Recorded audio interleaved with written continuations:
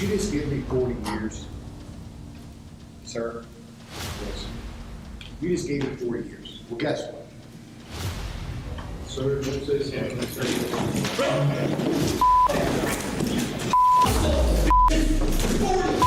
years, fucking man! 40 is a death sentence, man! This is Esteban Carpio. He is facing charges for murder in Rhode Island. Carpio is an American murderer who killed a detective at a Providence police station in 2005. Providence Police Detective Sgt. James L. Allen and another detective were questioning Carpio at the Providence Police headquarters for accosting an 85-year-old woman, Madeline Gatta. According to police reports, the second detective left the third-floor interview room to retrieve some water. It was at this point that Carpio asked for water, and the two detectives who were with him locked the door behind them. Tragically, they heard Detective Allen say, "I think he's going to kill me. He's got my gun. He's going to kill me."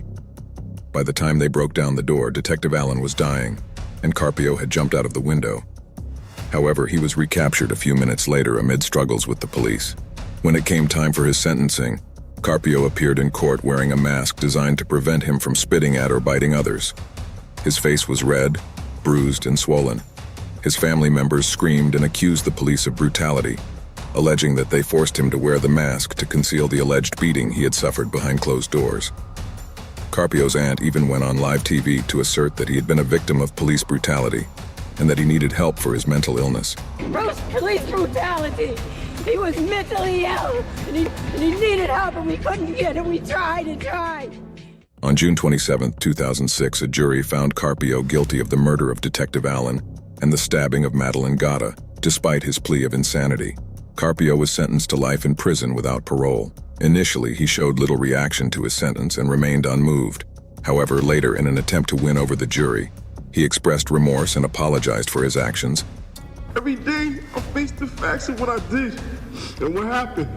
Carpio had claimed he was suffering from mental illness at the time of the crime, but the court did not entertain those claims like in the case of Ryan Stone. He is facing charges for going on a crime spree throughout the nation, including kidnapping and assault. All of these incidents were captured and broadcasted live by helicopters.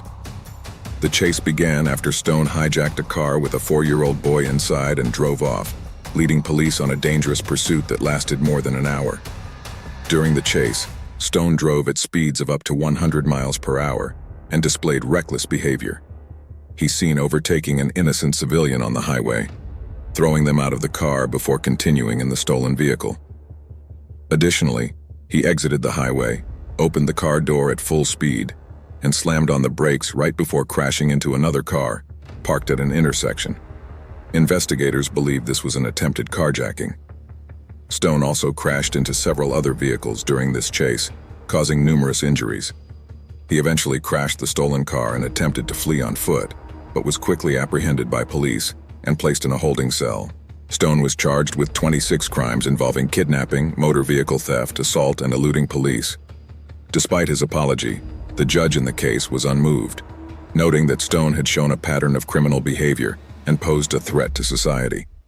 The judge handed down the maximum sentence possible, sentencing Stone to 160 years in prison without the possibility of parole. Stone was in tears upon learning of his sentence, and he blamed his actions on drugs.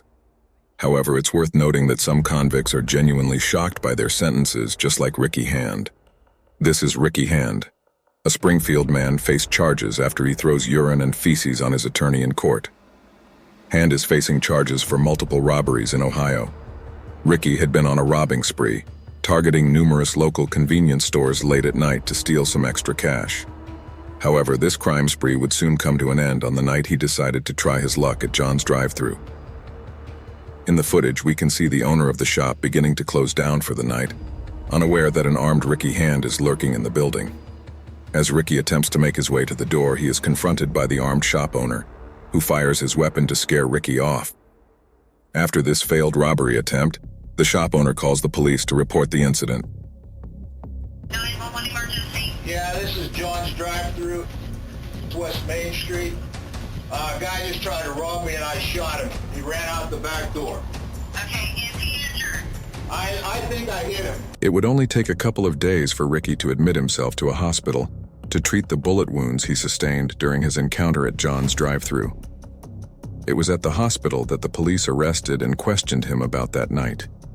Ricky eventually admitted to attempting the robbery. I did try to rob John's drive-thru.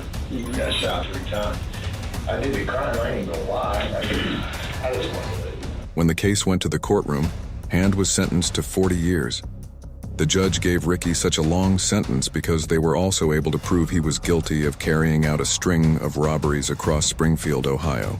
Ricky Hand reacted strongly in court when he heard about his decades-long sentence. He reached for bottles of his own excrement and urine, which were hidden in an arm sling, and threw them at his lawyer in court.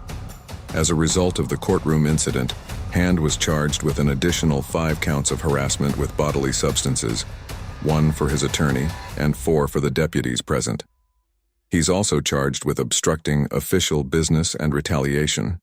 If you found these reactions shocking, then you will be amazed by this video where people showed no remorse after killing others.